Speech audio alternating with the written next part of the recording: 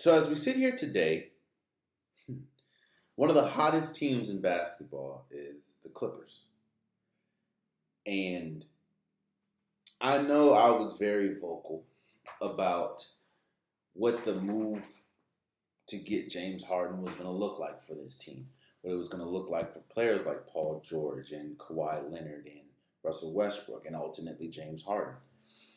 And seeing how some of the verbiage coming into this game was obviously, I am a James Harden pretty much saying I am a system. I don't adapt to a system. A lot of it didn't spell positive.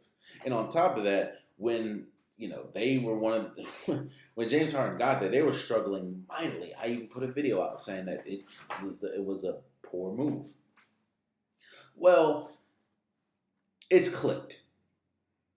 And one of the biggest reasons why it's clicked is the biggest reason why it wasn't clicking in the first place, and that is sacrifice.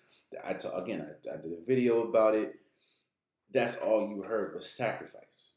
I understand that it takes time to learn each other's moves, learn each other's tendencies, but it's all about sacrifice. You can't have that many ball dominant people and think that it's all just going to mesh after one game. There are some times that it never meshes. And then there's some times where when it clicks, it's beautiful. Well, right now, for the Clippers, it's clicked. And with it clicking, the question is this team a championship caliber team? And to answer that, I think you have to understand that there are very, very strong similarities in championship caliber teams, but every championship caliber team obviously has differences. For instance, there's stark differences between last year's Nuggets team and let's say the 2019 Raptors team.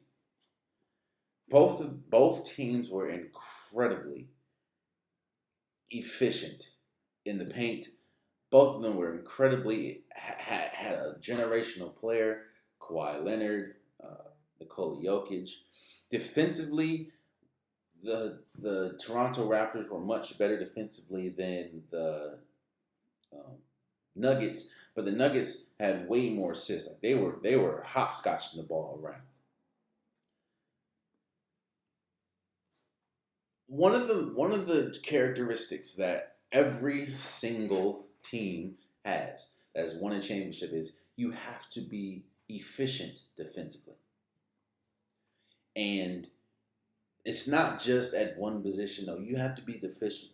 You have to be efficient around the board. In the 2022 Golden State Warriors championship with Jordan Poole, with Curry, with Andrew Wiggins, they were still a top 5. I actually think they were number 1 defensively in the playoffs. I know that when you hear Steph Curry and Jordan Poole and all that, you don't think defense, but they were one of the best defenses in basketball. Going back, let's get back to this Clippers team. I think this Clippers team obviously has a chance to win a championship. But they're trying to deploy the same thing that the Suns wanted to deploy.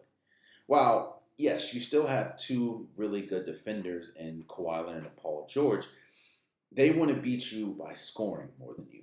Because outside of those 2, they don't really have that much defense Norman Powell's not a defender. Russell Westbrook isn't that much of a defender. I mean, he's good help side, but he's not that much of a defender. James Harden has never been a defender. Zubac is cool as far as rim protecting, but he's not the best as far as vertical movement.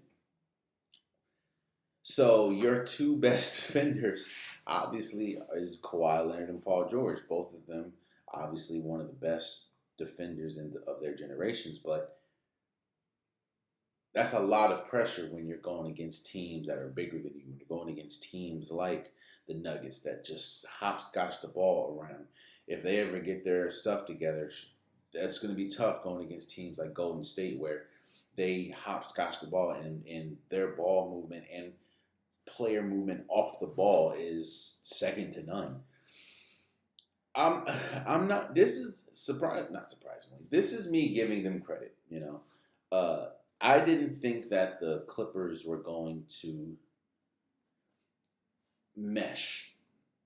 I knew that it was going to be a lot on Ty Lue, but I just didn't know that they were going to mesh because of what we saw going forward. And I know that they kept saying take time and give us time, but the issues that we were seeing are issues that we kind of knew we were going to see. So, which obviously was defensively and, poor rotations and poor lineups. This is me commending Ty Lue and this Clippers team from getting it together. Again, I don't know if they will obviously win a championship, but they're one of the teams that have played themselves into championship conversation. And I don't know defensively if they're good enough to win a championship. And I don't know, because I know they did just lose to the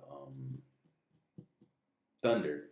But I don't know if they can keep it up in this scoring barrage against a bigger team or a team that can match them point for point.